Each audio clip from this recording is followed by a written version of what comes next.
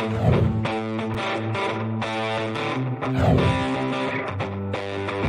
listening to the Cantina Cast, your home for thought-provoking Star Wars talk. Join Albert and Jonesy in breaking down the latest news, trailers, movies, and of course, your favorite characters from a galaxy far, far away.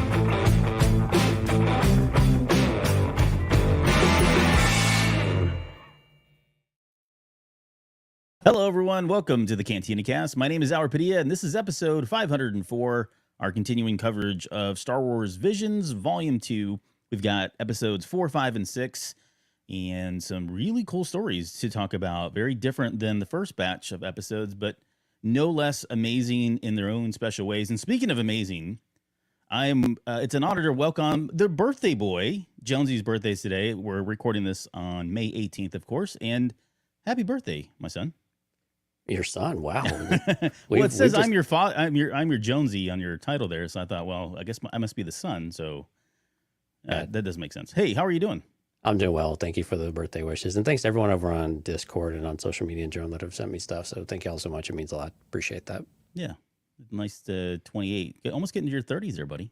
I'm getting close. Yeah, I'm almost a real boy. Yeah, almost a real boy. How are you doing today? How are you doing on my birthday? I'm doing fine on your birthday. I'm a little bit tired, but I've had a lot of chocolate, a lot of sweets, a lot of caffeine, so I should be good for another 2 hours until I crash. So looking forward. Hey, the good news is that's all we need. Yeah, that'll do. And speaking about all we need, how about that little transition? Yeah, that was fantastic. All we really need is the love of our Patreon members. We certainly appreciate it. Hey, a special shout out to our friend Rob, long time, one of the OGs of recent memory. I have inadvertently left him off the list the last several episodes, totally unintentionally. And so my serious apologies, but huge thanks to Rob. He's been a now part of the Tri member for a long time. So thank you so much, as well as Mike, Lauren, Dante, Risk, Justin, Jackson, Sharkman, Dan, Daz, Isabella, Uncle Leon, Josh, Jacob, Steve, and Reader Reborn. And of course, our amazing Delusions of Grandeur members as well. Rod, CJ, and Kathy, thank you all so much. We appreciate all of your patronage and support and really just how amazing you guys are. And thank you for all the conversation over in the Patreon feed. If you are on Patreon, if you're a subscriber, please go download the app. We post little pictures out there. We did a fun little double creature feature thing today. I don't know what spawned that idea. We decided to do 2 shows. I was like, oh, it's like a double feature. Yeah, it's fun. And then I saw this like old ad or billboard type of thing for the old school, double feature movies, like in the old drive-ins and stuff. I was like, yep, I can make that work. So I just thought it was fun. Some of us may be old enough to remember like creature feature nights, like going to the drive-ins and watching these, believe it or not. Some of us, I'm not saying. Oh, well, Lauren's in the chat, so it must be her. Oh, yeah, right. It's probably Lauren, if anyone. Right. So, but yeah, if you're curious about Patreon, cantinacast.com/Patreon. If you are listening to this, we would love to have you come out and join the live stream. Both of the shows tonight, we are doing 2 shows today, Albert. Are we? We alluded to this double feature, creature feature. 2 shows tonight. We're doing Visions, episodes 4, 5, and 6, like you said before. And then we are revisiting our May the 4th Be With Y'all presentation with the ranking, we're calling it Ranking Star Wars, the Skywalker Saga. So you guys voted. Albert put the polls out there, got a ton of votes. We put it all together and we ranked the 9 movies from lowest to highest based on your feedback. And so we're going to bring that to everyone tonight. It's free for everybody on YouTube at 10 p.m. Central tonight, going through each of the 9 movies, kind of the highlights, lowlights, what we think about it, things that made it memorable, why it was in that space, all sorts of great conversation. Really looking forward to do that one again. Yeah. And we did record it. We got really excited about it, went and recorded the show, recorded it, and then audio was terrible. So I'm sure that's going to come out really well too. So we are going to re-record it and try to recreate the magic that we had, although I don't know we'll be able to do so. We'll have to create a different level of magic with that one. So, Albert, every day with you is magic. Hey, thank you, Jonesy. It's a kind of magic, you might say. Black magic, brown magic.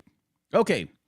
Let's move into our main topic, our discussion of 4 or 5 episodes, episodes 4, 5, and 6. It sounds weird because I feel like I'm talking about the original trilogy. Right. But we're going to be talking about I Am Your Mother, Journey to the Dark Head, and then The Spy Dancer. So, I mean, we don't need into a whole lot of opening thoughts because we've already kind of done that around the series and that sort of thing. But just kind of first impressions on each of these. Were you anyone that you were looking forward to in particular? Anyone that you walked away with thinking, "Wow, that was really good"? If I'm dead honest with everybody here, Journey to the Dark Head was the one I was most excited about because it was kind of the most Star Warsy, I guess, up front, just based on just looking at it at face value. And I was really not all that interested in I Am Your Mother or in The Spy Dancer for various reasons. Right. But oh my goodness, I was so wrong. And I am glad I'm so wrong. And what I really, and guys, I'm serious. I know I really beat this horse to death last week. Do yourself a favor. I would almost recommend you go watch the featurettes before watching the actual episodes, because you get so much more context about what goes into it. A lot of things, if you're history buffs or if you're culture buffs, some of these things are a bit more obvious in that regard. But yeah, oh my gosh, they paint the picture for you so well about where they're coming from when they do it. And it just really enhances how much you can enjoy this content so much more. But I'm really excited to talk about each one of these because I think they're all so unique. Each one of their styles, the cultures are coming through, the stories they want to tell are absolutely amazing. The visual imagery continues to consistently blow me away. And the storytelling, oh my goodness, the storytelling is so great in these. And so I really enjoyed these as well, for what I thought was going to be my least favorite of the bunch. And I tell you, man, these are so strong. It's really hard to pick a favorite for this season. And there's definitely not a low light in this entire season so far. But yeah, kind of initial impressions are that it just continues, even the ones you're not excited about continue to far exceed any expectations I would have. Yeah, and I think just to kind of continue to beat the equinoid or horse, whatever you want to call it. This series continues to be, or at least this volume continues to be, I think, better than the first one, and for all the reasons we talked about last week. This one definitely, I'm with you 100%. Like going in, my eye was on the Darkhead one, Right. Journey to the Darkhead, and it was kind of a letdown. I'm going to be honest. I'll be a little bit more transparent. Wow, really? Yeah, I'll be a little bit more transparent when I get to it on the whys, and they're really kind of super. I mean, I wouldn't say they're superficial, but I mean it's probably my least favorite. I'd say, well, I'll save it for when we get to the breakdown of it, but. Like you said, that's where my eye was. I was like, this is going to be freaking amazing. And it was on certain levels, but I was not expecting to walk away from the other two emotionally charged as I was, especially the Spy Dancer. Like that one just keeps getting to me. Even when I watch what do they call them? The creator, what's the series called behind the BTS stuff? Foundation of the, it's the one I can't remember the exact one. I just keep calling them featurettes, but yeah, it's like the filmmakers, something or another. Foundation, whatever it is, the behind the scenes thing that you're referring to, which is on Disney Plus. You got to go over to the extras and watch that. If you watch those, I think my perspective on all of them changed, like went up several notches, right, in terms of how much I really loved him, and it really changed my perspective on Journey to the Darkhead because although I wasn't able to appreciate it, I was able to appreciate it on a different level, knowing what was behind it and kind of what was baked into the recipe, so to speak.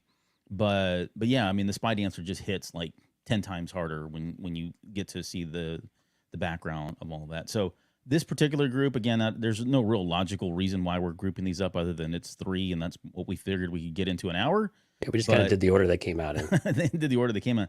But, and then two of them, interestingly enough, were both kind of dealing with the I am your father quote from, Star Wars, right? The first one and the last ones especially. So, and we'll get into that a little bit. But yeah, I really did enjoy all three of these, again, for different reasons. Filmmaker Focus, by the way, is what they're officially called. That's it. Filmmaker Focus. Thank you. Yep. Okay, so let's talk about the first, which is I'm Your Mother. This is by Aardman Studios. Massively popular for all of the claymation, stop animation. They've got a long history. If you know them, you know what we're talking about.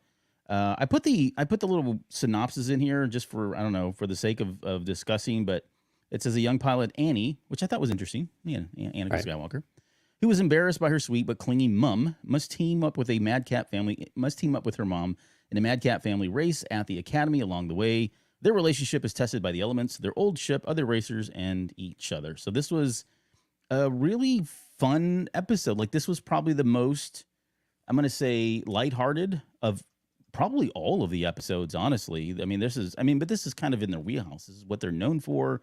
Tons of Easter eggs. Like you can pause this at any given moment and just see little things that are throwbacks to Star Wars or throwbacks to like Wallace and Gromit or other, pieces or, other work that they've done in their past.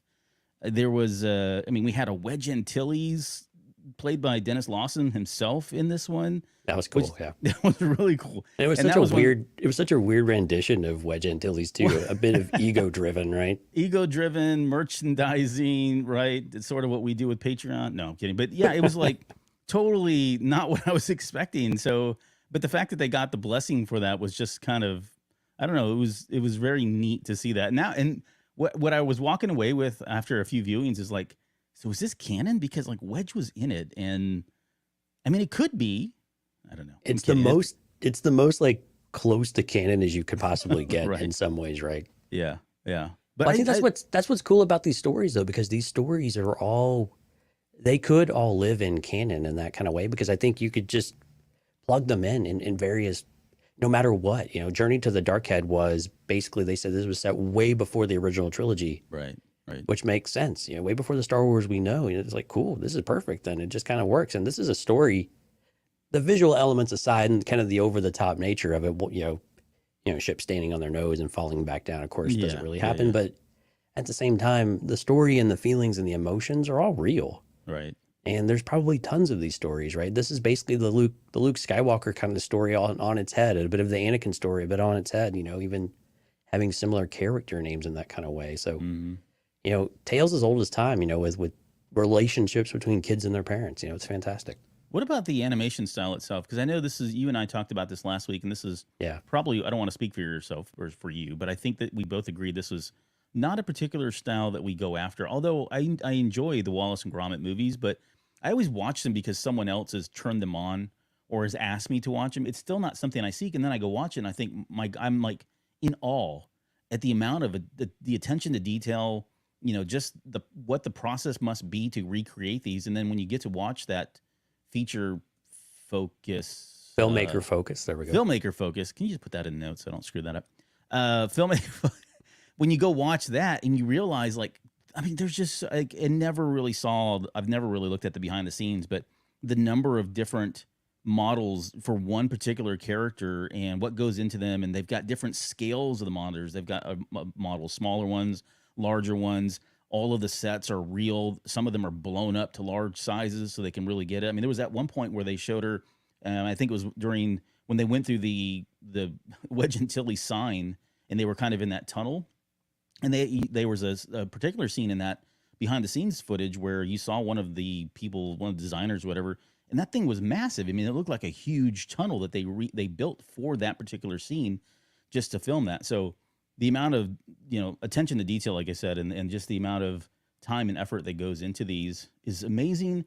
And then the last thing, just again, with all three of these, honestly, and with all six of the ones, and I'm sure with all nine of them, once we get to the last three, everybody just talking about how this was the call that they had waited for their entire lives, right? To have something from Star Wars reach out to you and go, hey, we'd like you to do a Star Wars story. And it's very inspirational. I think that's really what kind of comes out when you watch these stories, and it kind of changes. That's what changed the perspective for me, I think, on a lot of these, is you realize that, there's way more thought and effort put into these stories than you may, see on the surface going in for the first couple of viewings, which I think adds to it. What's crazy is this episode was really about 10 minutes long, something like that. It took them 1.5 years to do it. You just think about that when you think of like return on investment with what you're going to do, spend time-wise, money-wise, resources. That's a lot of time and money to spend into, 10 plus minutes of on-air content. But what's really cool about this, and I didn't really I didn't know this right away, because if you remember, In the Stars was they used physical models as a reference, but they actually animated it and did CGI. They just used them as reference. These are all real. I mean, the backdrops and some of the things on the background are all CGI, of course, and digital animation, but these are all real props. And like you said, they'd use different sizes. They're all physical.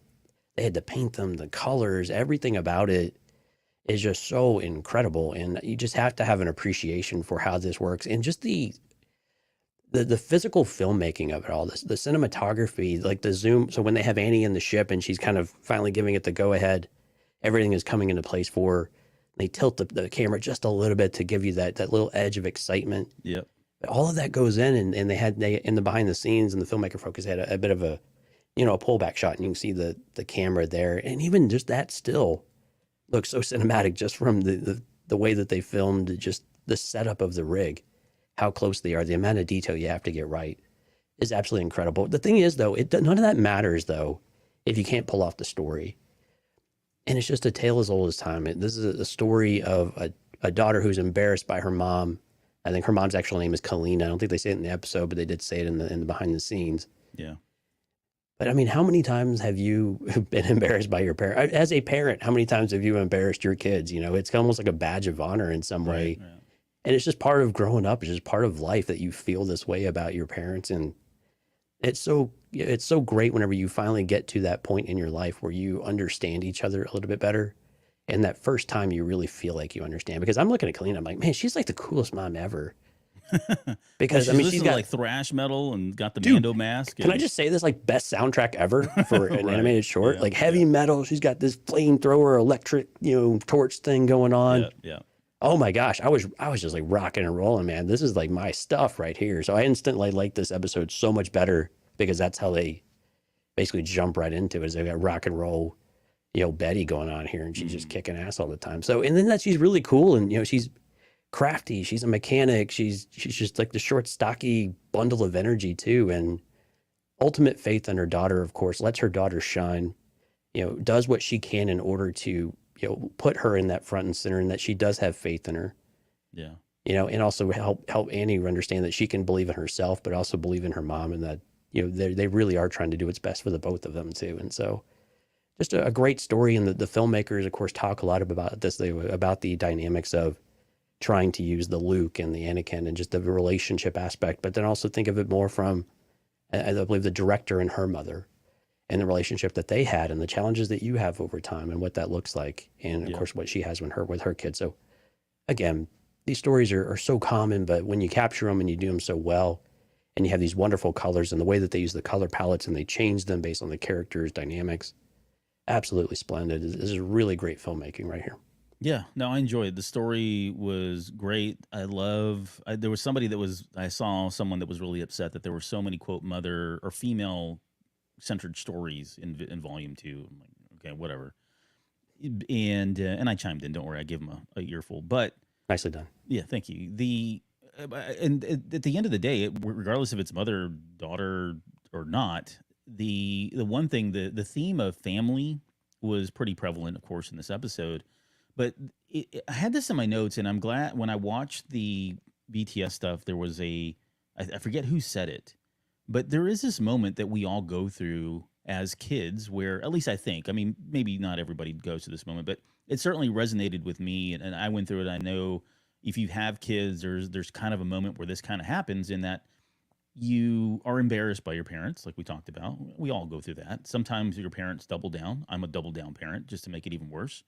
But at the same time, there comes a point where you get over that hump, and it's the realization of like understanding your parent for the first time in a different way, right? She always saw her as being embarrassing. She's packing her lunch. She calls her little pet names like Red 1, Red 2 thing. She called her my top pilot, right? All this making her lunch for her. I mean, for God's sakes, her bra comes flying down out of the sky when the tugboat appears. Like all the worst parts and most mortifying, horrifying things that can happen to you as a teenage kid all happen to her. But at the end of the episode, right, there is something that clicks where she realizes, she sees her mom differently. Even all that stuff is probably still there. But I think we all go through this where we have that moment of realization that person that, has been hovering over you or has been embarrassing you for most of your life and your adult life is actually just a real person, and you kind of connect in a different way at that point. And that was kind of what they were going for here in this story. So on that, I mean, as a parent or as a kid, I think we can all relate to that. And so, I think that's really the beauty of this episode, and a lot of the stories they tell, they're grounded in just everyday kind of scenarios or kind of situations that I think we kind of take for granted. So there was aside from the story, getting back to some of the Easter eggs, this was one that I felt like was really grounded in our own reality. There was at one point there was like a car alarm, there was a fridge in the background, there was the porta potties, which I don't know if you noticed, but there was a Jawa porta potty. Thank God that they did that. Then they had like a humanoid porta potty, and then next to it there was a Wookiee porta potty that was like 8 feet tall. Then there was like the airbag that went off at the very end. So it was like there was all these little things that are not Star Wars at all. So I'm sure someone has lost their complete mind about this, right, out there that hates zippers and bricks and everything else. But I do like that stuff because it's easier for us to connect to, and I think for this particular animation style, and certainly the studio that's bringing it to you, it's like, who else would have done this? I mean, it's just perfect in my opinion. So, if you're not watching this stuff to have fun, then I don't know why you're watching it to be. Cancel your sub, dude. Get out. Yeah, because I mean, there's a lot of like kind of satirical type of elements and just little Easter egg moments, like you said, or just fun. I mean, using the Death Star as an antenna ball and then B as a laser to take out your enemies is just so much. It's just so cute and cool and fun. And it's like, yeah, of course these girls would have a Death Star. It's almost like a tongue-in-cheek joke at this point with the, this is probably after A New Hope, right? So everyone's a hero and whatever, and they're selling these antenna balls of the Death Star because it doesn't exist anymore. So it's It's a different era. It's supposed to be fun. Just sit back and enjoy the ride. Yeah. But you were right before. A lot of Luke Skywalker Easter eggs too. There was one vendor that had just everything Luke Skywalker had. The Skyhopper, of course, was seen a few different times. A remote, just all sorts of stuff in the background. It had his hand. Did it have his hand? Yeah, there's hands in the bottom left-hand corner. They had it like in a little glass case so that you could purchase that if you wanted. Or maybe it was a replica, whatever. But I'm sure it was a replica, not the real thing. Yes. Right. I'll have to go back and watch that. I didn't catch that one. Yeah. There's so before we move on to the next one, there was just going back to the Wedge Antilles thing. There you actually get to see in the, did you put it in the notes? Because I don't know what it's called now already. The feature focus. Filmmaker focus. Oh, you were serious about wanting me to put it in the Yeah, no. I'm like Anchorman. If it's not in the notes, I'm not going to read it. Check the private chat. I put it there. Oh, okay. We'll just edit all this out. So on the filmmaker focus, Jonesy, when you watch that, you actually get to see Dennis Lawson, doing the voice. I was hoping they would interview him because I wanted to hear him like talk about the character or whatever else. I think he did. I think he makes a quick note about, or maybe somebody spoke. I can't remember now. Someone says it was a privilege. It was an honor to have him kind of. Right. But I want to know what that pitch was like. Like why Dennis Lawson of all people? I know he's got a lot of roots in England. No pun intended. I mean, he literally has Ewan McGregor in the family, and they're from Great Britain. So I think he's really close to that. I think he actually lives there, if I'm not mistaken. I think he lives there, yeah. Yeah, so that probably makes sense that he would be there. But of all the characters, it makes sense that if you're going to get a pilot, that it would, in this era, Wedge Antilles is not a bad choice to have. Did you recognize his voice right away? No, I didn't. I did not. I thought it was just somebody else that had come on because it's so out of character. Yeah, it was so over the top, right? It's so over the top. And he's just constantly selling stuff. And this is the first one. Did you catch the mid-credits, what do you call it, Easter egg, post-mid-credit scene thing, audio? Yes, the first time I did, yeah. Okay, yeah. So, like, even after you're watching the credits and they've already shown who did what, he comes back on and he goes, well, that's it for another year, folks. Enjoy the rest of the day. Oh, and then he laughs. He says, and keep an eye out for the Wedge-themed products at my merchandise stall. Fantastic value, and all profits go to the pilot-specific veteran support fund, meaning they're all going very specifically to Wedge Antilles, like all profits. So really cool stuff that they did that too. They just kind of threw that little Easter egg in there. Yeah, super. Even if you don't like the animation style, again, it's just fun. Go watch it. Have the kids with you. It's got a little adult humor in there too that gives you a good little chuckle. It's cute. It's heartfelt. It's warm. It's just good stuff. So yeah, go enjoy it. All right. Well, let's talk about Journey to the Darkhead. So this is by Studio Mirror. I said Mirror, but then they said Mirror on the feature focus. Yeah, I heard it pronounced a couple different ways. Yeah, but South Korean studio as well. Yeah. Mm-hmm. Yep. And okay, so more in the spirit of the original Visions Volume 1, I believe. Exactly. Yeah. Yeah, but on steroids. Like I honestly, this is the best animation I think that we've had, and I would even put this above the one that we had with the Duel in a lot of ways. Although that was a very unique artistic style. You know, we talked about what was the one last week? Sith.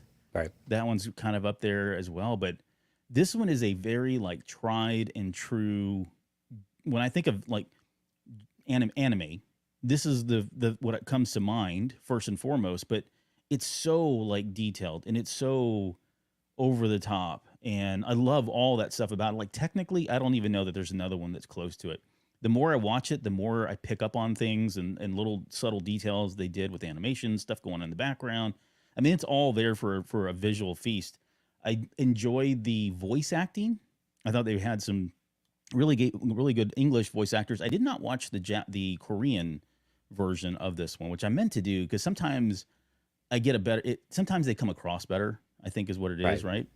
But so I enjoyed the especially Daniel Day Kim, who's I'm a huge fan of. He was in Lost, and he's done so many other things, but I thought he was really good as was it Bishan? Yeah, Bishan, the Sith or whatever he was. I thought he did a great job. So the voice acting was great. You can't even hold a candle up to the freaking animation and the technical aspects of it all. I really enjoyed how they wove in a lot of the Korean culture, the architecture, all of that stuff is there.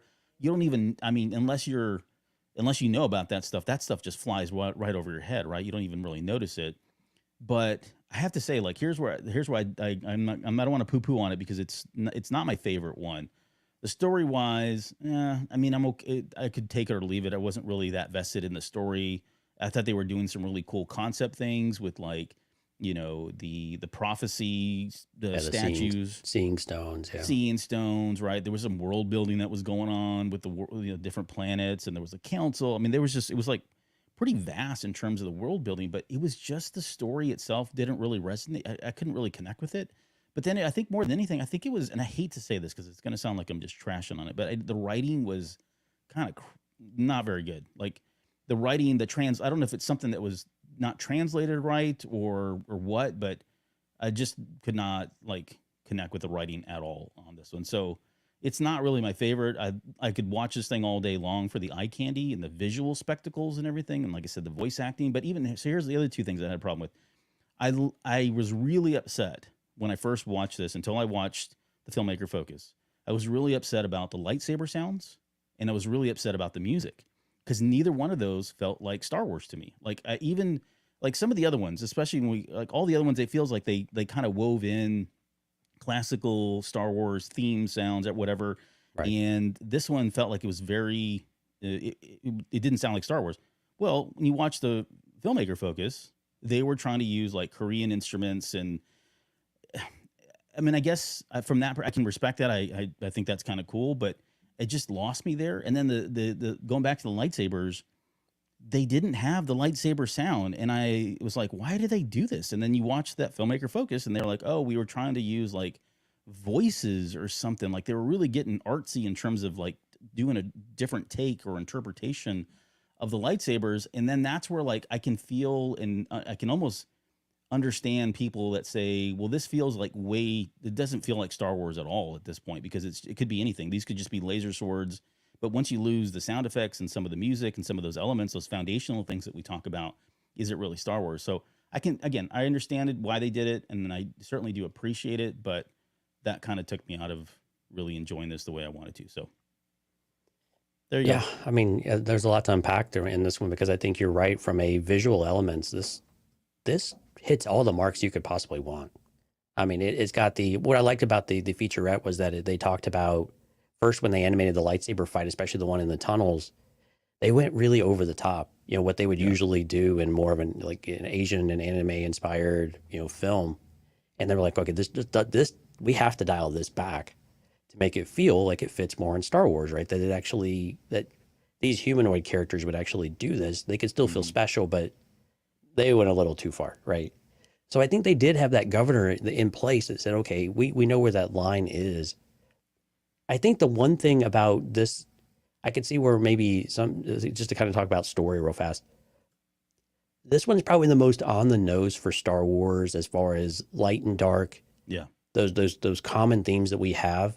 And if you want to use the words maybe unoriginal or something in that space, I think it's probably a fair criticism or a fair observation or critique, whatever you'd like to call it, without it necessarily being negative. It's just very steeped in Star Wars, right? And I enjoyed the story. Actually, I thought it was very true to Star Wars. For those that were looking for more of a pure or a purer Star Wars story, the battle of light and dark within, the visuals, gosh, the brutality, the coolness of the lightsaber with the with the snake-like spear and chain, and how it killed the master just right through the chest. I mean, some of that was just really cool and not expected. It was a bit darker than what I was anticipating in that regard.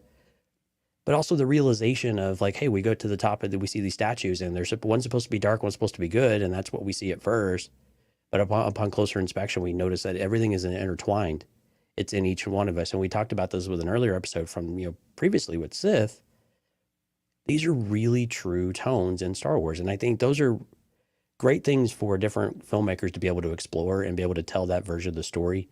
I love the cultural aspect of a lot of the octagonal design elements. When you look up from the base of the temple and you look up and you still have those shapes, those mean so much in the Korean culture and what they represent.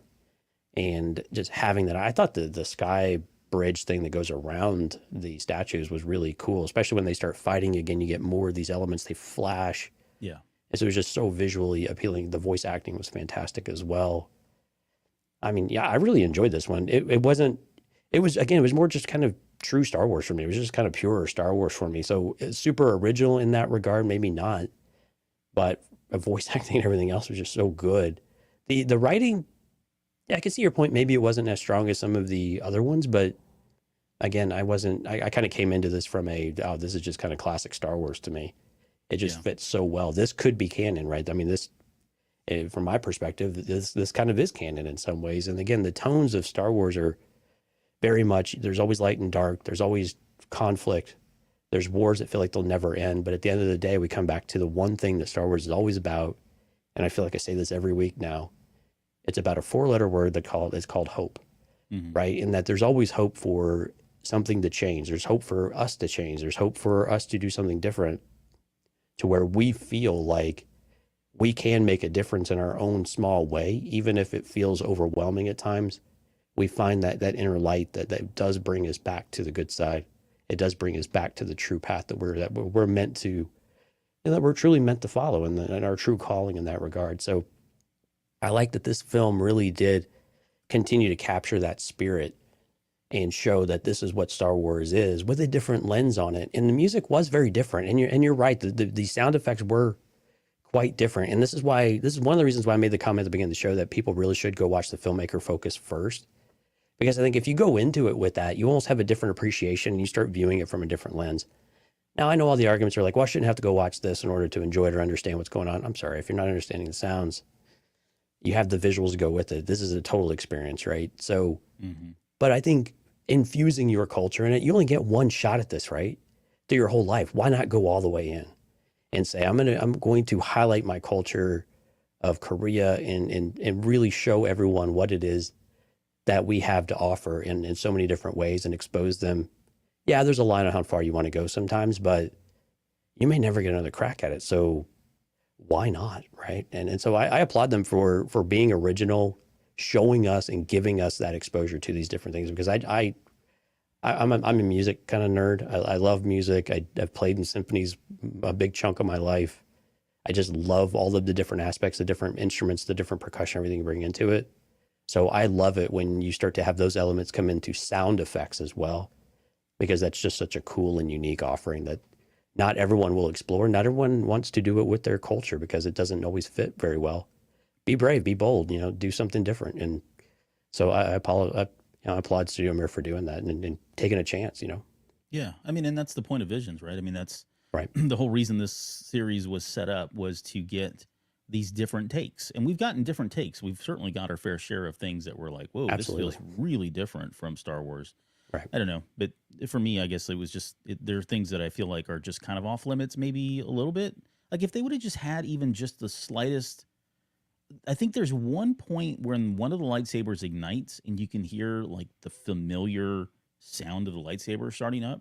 Right. But outside of that, when they're swinging them, it doesn't sound like Star Wars. When they're clashing, it doesn't sound like Star Wars. The very last minute when he swings that lightsaber and I forget the towel or kind of falling back or whatever it is.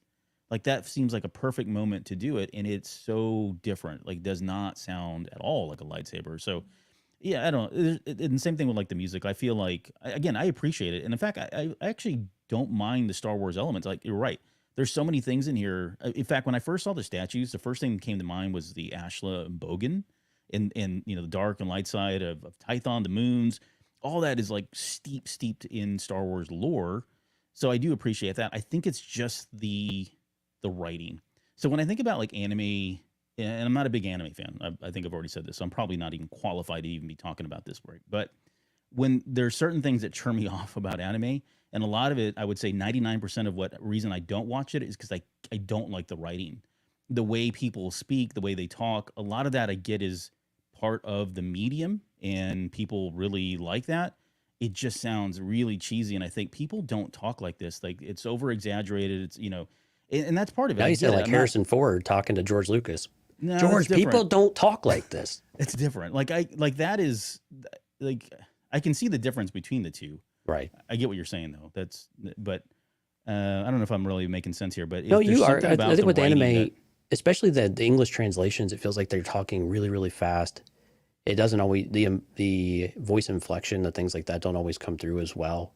There's a lot of dialogue. I'm with you. I think you almost have to listen and watch these in the native language to get a better feel for it. Right.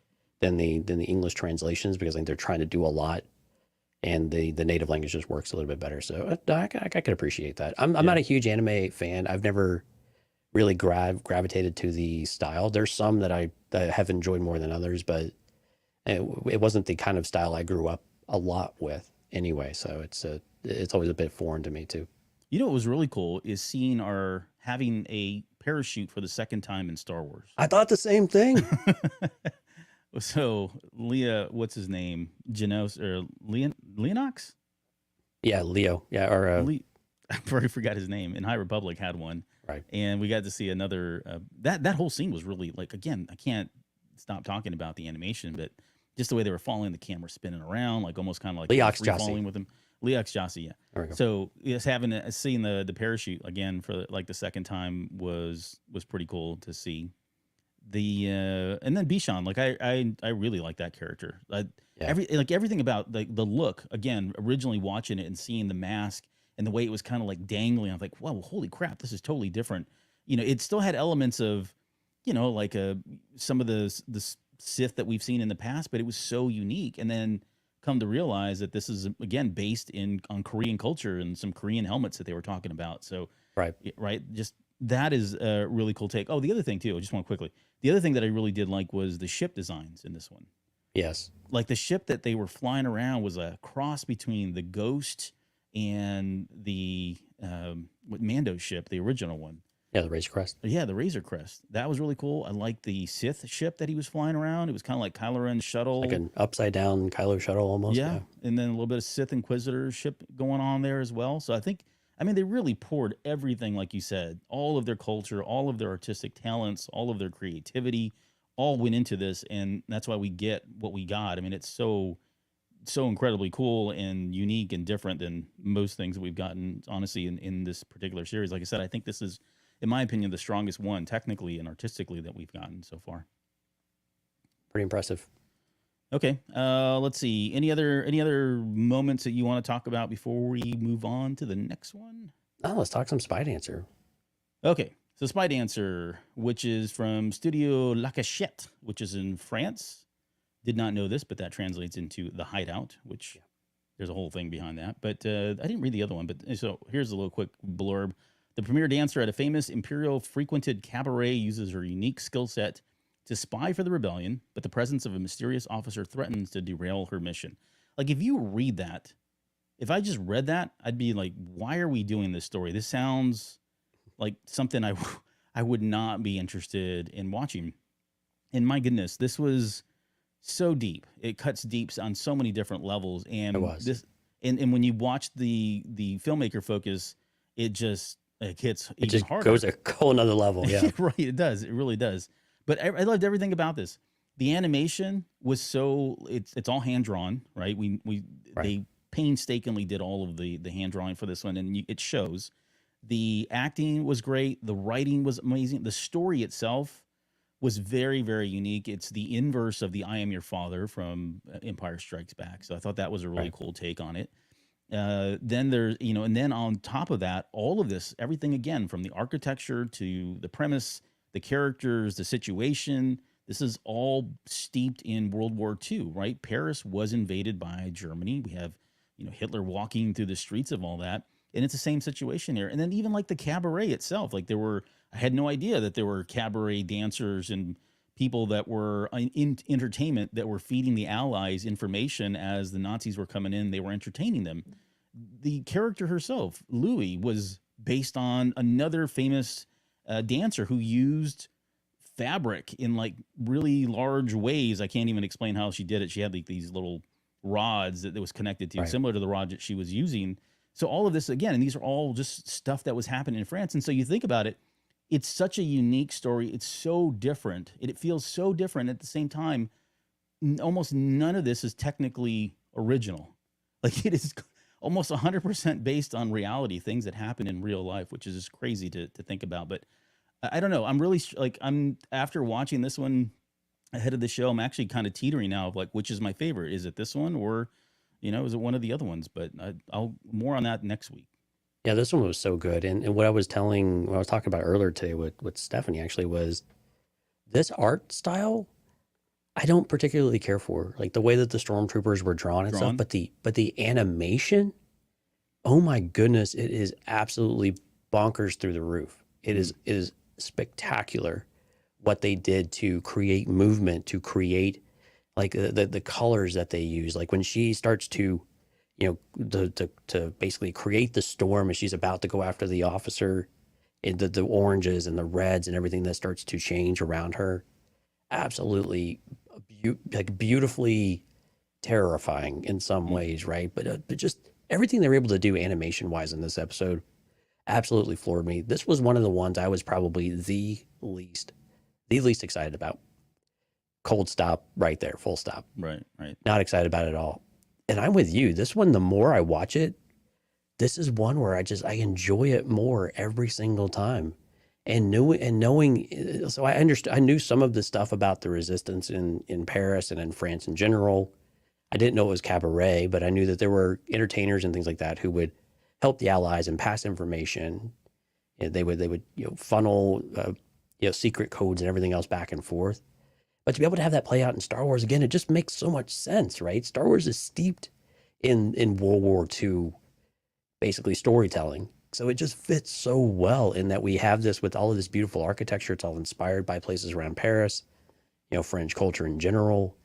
And then again, you come back to the familial aspect of it, the family. Now you could argue, well, why would the an imperial officer just take a baby as they're torching a village? I mean, who knows? But at the same time, it's like, okay, but that's what Star Wars is. Like these weird scenarios come back, and then you circle back around and you see this Imperial officer that somehow now equates him to his father. They've taken an eye. Mm-hmm. Yeah, but anyway, just to have that family and be able to go back and reconnect. And for her, when she just pulls him close at the end, it's like, oh my gosh. And then this beautiful sunrise comes up behind him. He's just completely stunned as to what's going on. And again, you come back to what's fundamental in Star Wars. And I just said it's that dreaded 4-letter word that Jonesy's going to say again. It's hope. And all of a sudden you have Louis, who has really felt defeated. She's losing her way. She's ready to take the fight to the Empire. She's ready to almost kind of bail on this whole thing because they just feel like they're losing. They're not doing so great. John is trying to keep her inspired and keep focus.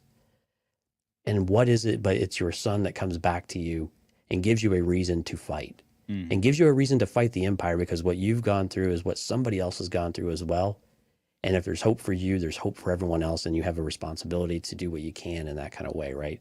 Yeah. Now, granted, it's self-motivating in some of that way for her own interests, but sometimes that's what we need to get re-energized and get refocused and say, this is what's really important in these times of really, difficult times. And again, trusting, Ara, the girl, who kind of seems like maybe like almost like a daughter figure. I don't know if she is her daughter or not, but I believe her name was Ara, right? Oh, Hettis. I'm sorry. That's from the other episode. Yeah.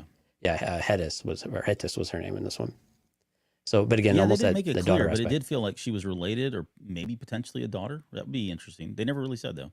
They all felt like a family anyway, right? Just Yeah. the stagehands as well as John with the ship, kind of the mechanic guy was kind of fun. You know, the little, but of course the little mechanisms, the little what are they called? The bugs that she was The tossing. trackers. Yeah, I mean, are they all that well conspicuous and things like that? Maybe not, but they changed colors, so they're fine, right? Yeah. But again, I just something I just enjoyed more and more every time I watch this episode. The colors, animation is just beautiful watching it. They just did such a wonderful job, and that is hand drawn. Absolutely floors me just to no end that they were able to make it look like this. And then you get this really heartfelt story that just underpins it all. Yeah. Man, fantastic. Absolutely fantastic. Yeah, this was pretty special. I did enjoy. I think it was again during the filmmaker focus that they were talking about making the jump, right? Kind of what you were talking about, alluding to the hope, right? Making that jump, that Right. leap of faith kind of thing towards the very end. And she literally makes that jump. I really enjoyed that aspect of it. The whole relationship piece of it too. Even the flashbacks. At one point, I was thinking, oh, that's probably her as a baby. I was like, oh no, that'd be really cool if that was actually her daughter or her son or whatever, her child, and they had taken it from her. And that luckily that turned out to be the case.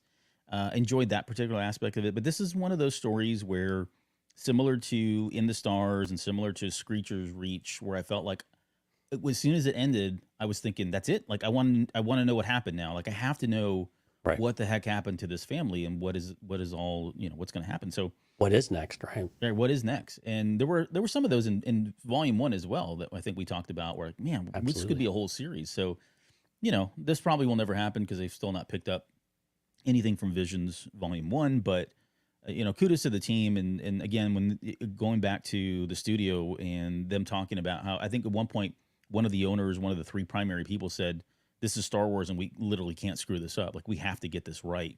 Yeah. And I would say should they be watching, listening, I would say you guys nailed this like on every level. And it's so, in so many unexpected ways, it does feel quintessentially Star Wars. So great job on this one. I really, really enjoyed it. Absolutely. And again, just each one of these episodes this week, I mean, and again, every episode really in this entire season, so uniquely steeped in its own culture, its own visuals, its own sounds, its own storytelling, its own approach to it overall. And again, you capture Star Wars in your own unique way, and you continue to just you double down on it in many ways. And it just, for me, every episode is just in its own way hitting it out of the park. Even if some are maybe more enjoyable or resonate with me more than another one, each one in its own very unique way is just doing so well and just really captured what it means to be a Star Wars fan these days, especially with just embracing the different ways that we can interpret Star Wars, which I've always found so much fun because that's how Legends was. Legends was just these different takes on it. We would debate whether this is how the character really was or anything like that. And now we have this playground in front of us. And the ones we're going to talk about, next week, again, another totally different way of looking at things, right? And it's just so cool that we get this really robust and diverse way of looking at it. And it all still has its roots in what we love so much with just the general storytelling that George Lucas set us up for. I would love to get George Lucas's take on Visions, actually. I think it would be really cool to actually have a quote from him or a paragraph from him about, if he were to sit and watch these, just what he thinks about what he's inspired in others and what they're doing with the world that he's created.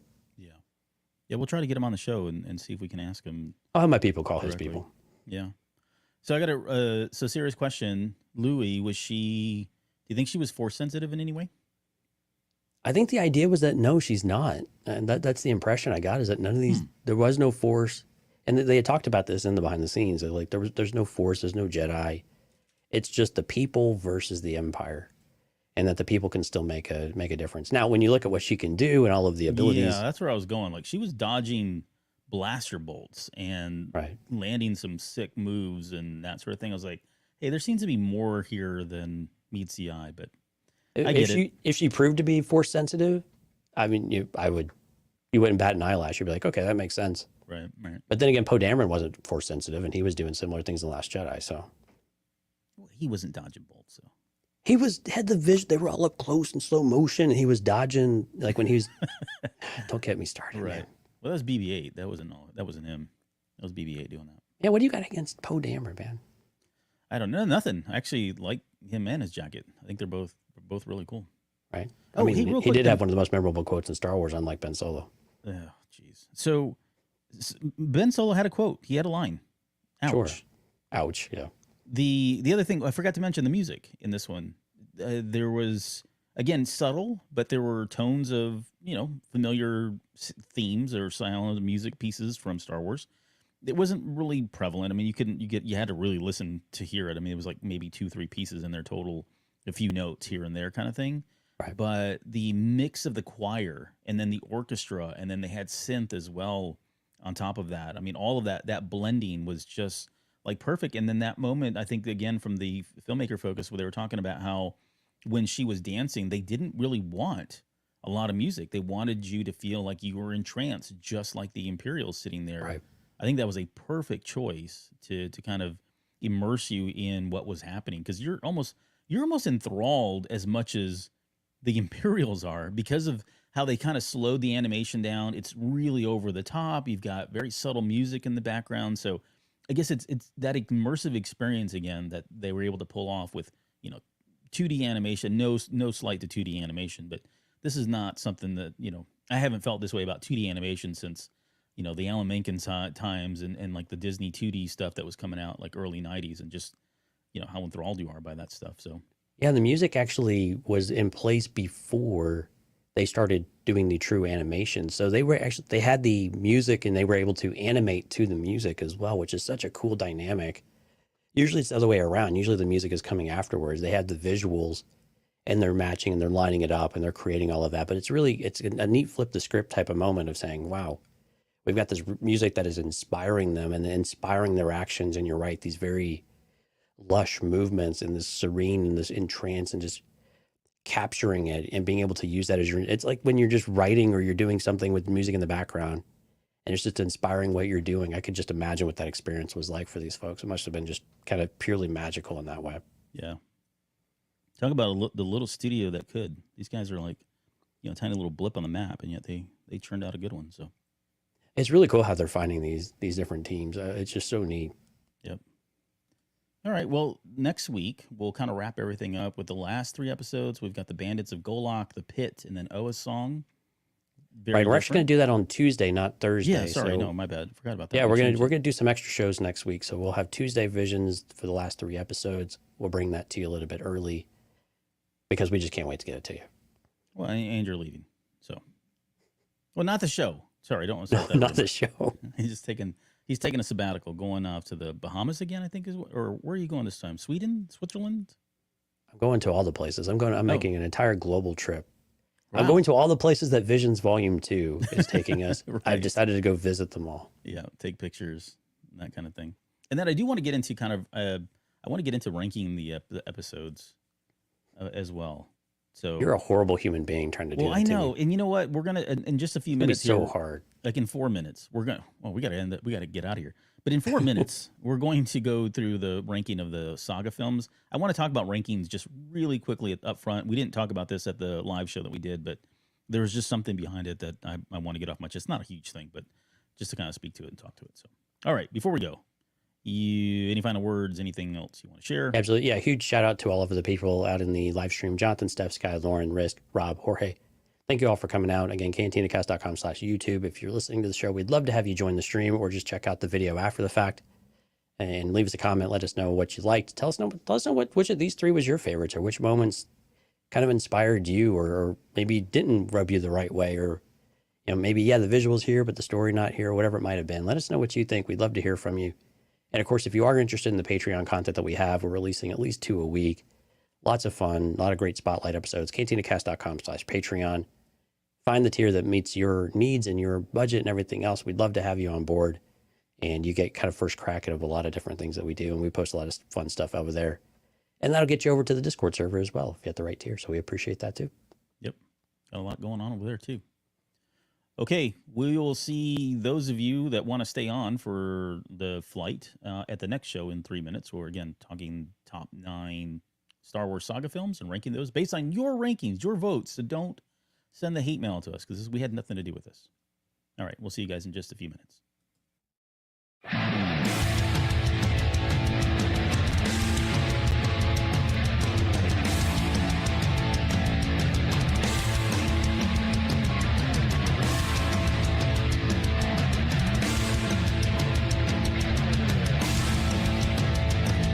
you're still listening? Wow, that's amazing. Well, I'm here to give you the disclaimer.